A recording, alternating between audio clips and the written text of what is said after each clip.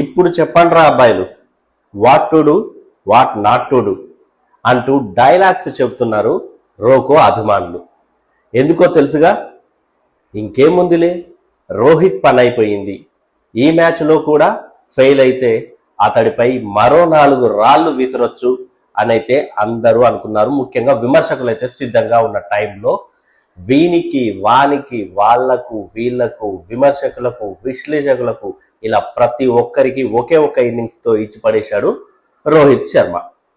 పనిలో పనిగా తన సహచరుడు విరాట్ కోహ్లీ కూడా విమర్శకుల నోళ్లు మోయించాడు. ఇంగ్లాండ్తో జరిగిన 3వ వన్డేలో టీమిండియా ఓడిపోయి ఉండొచ్చుగాక, కానీ రోహిత్ ఆడిన తీరు, శతకొట్టిన తీరు, వన్డేల్లో తన 34వ సెంచరీ చేసి అందరి నోళ్లు మోయించిన తీరే హైలైట్. ఈ సెంచరీకి ఎందుకంత ప్రత్యేకత అంటే ఇది సరైన టైంలో వచ్చింది. రోహిత్ 2027 వన్డే ప్రపంచ కప్ ఫ్రాన్స్ లో లేడు అని అవమానకర వ్యాఖ్యలు స్వైర విహారం చేసిన టైంలో వచ్చింది. రోహిత్ కి ఇదే చివరి మ్యాచ్ అని పొగబెడుతూ మాటలు మాట్లాడిన సందర్భంలో వచ్చింది.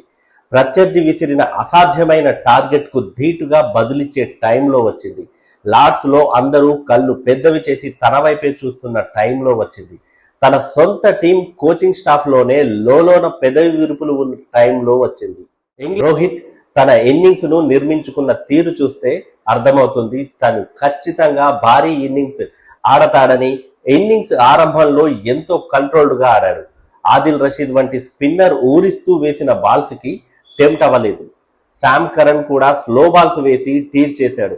అయినా ఓర్పుతో ఆడాడు. స్కోర్ బోర్డుపై కాసిన్ని రన్స్ రాగానే ఇక పనిష్ చేయడం మొదలు పెట్టాడు బౌలర్లని.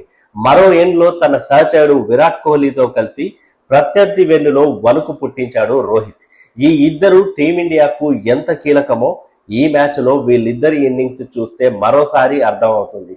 కింగ్ కోహ్లీకి సైతం ఈ ఇన్నింగ్స్ చాలా కీలకం. ఎందుకంటే వరల్డ్ కప్ కి ముందు విదేశాల్లో ఆడబోయే వన్డేలు చాలా తక్కువ. అందుకే తన ఫామ్ ని కంటిన్యూ చేయాలని కోహ్లీ డిసైడ్ అయ్యాడు. ఈ ఇద్దరికి వచ్చిన అవకాశాన్ని అద్భుతంగా ఉపయోగించుకున్నారు Rohit and Kohli. Hitman, king, RoKo ఇలా పేర్లేవి చెప్పినా సరే వాళ్ళిద్దరూ కలిసి ఆడుతుంటే అభిమానులు చూడడానికి 2 కళ్ళు చాలేదు. వీళ్ళిద్దరి బాండింగ్ ఇప్పటిది కాదు, దశాబ్దం దాటిది. కోహ్లీ కెప్టెన్ గా ఉన్నప్పుడు రోహిత్ పై ఎవరైనా విమర్శిస్తూ ప్రశ్నలు అడిగితే కోహ్లీ ఎలా సమాధానం ఇచ్చాడో మనం చూసాం. అదే విధంగా రోహిత్ కెప్టెన్ గా ఉన్నప్పుడు కోహ్లీని విమర్శించిన మీడియాకు తనదైన స్టైల్లో సమాధానం ఇవ్వడం కూడా చూసాం. అందుకే ఈ జోడీ ఎవర్ గ్రీన్. ఇప్పటికే 400 ఇంటర్నేషనల్ మ్యాచ్లు ఆడిన జోడీగా రికార్డులకు ఎక్కింది. ఇండియా తరపున 400 ఇంటర్నేషనల్ మ్యాచ్లు ఆడిన తొలి జోడీ ఇదే. అందుకే ఈ జోడీ 2027 వరల్డ్ కప్ వరకు ఇలాగే కొనసాగితే టీమిండియాకు తిరుగుండదు.